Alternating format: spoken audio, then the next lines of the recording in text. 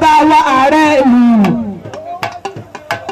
olùwọ́ máa fàrán ṣoṣo sàlọ́sọ̀ méjì ìbàkíbà mi ọmọ ṣe ààrẹ ìlú bí ọba bòmí ló tún rí bàbá wa Lámídì Ayékúnlé ilé ikọ̀ ẹ̀kú ọ̀dọ̀ ẹ̀kú ewu odò láì farabomi. Bàbá wa Lámídì Ayékúnlé gbogbo lé ikọ̀ ẹ̀kú ẹ̀yìn òní adájọ́ ọjọ́ pé.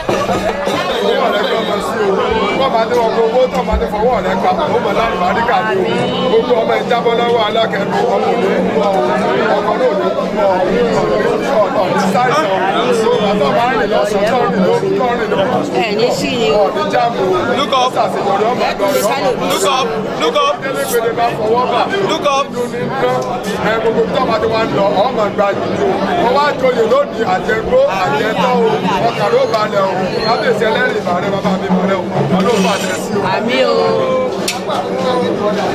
Oya Lucas.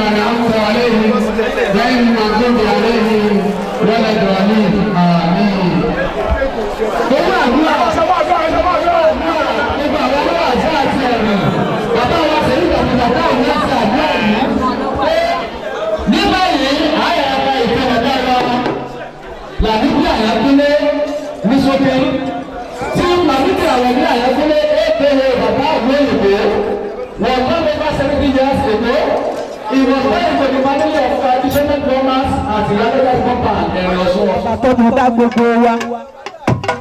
Oyè ọmọ rí mo lóore yẹ. Ààrẹ ìlú bí ọba bòmí ló tún rí. Bàbá wa Lámídì Ayékúnlé ilé ikọ̀ ẹ̀kú ọ̀dùn ẹ̀kú.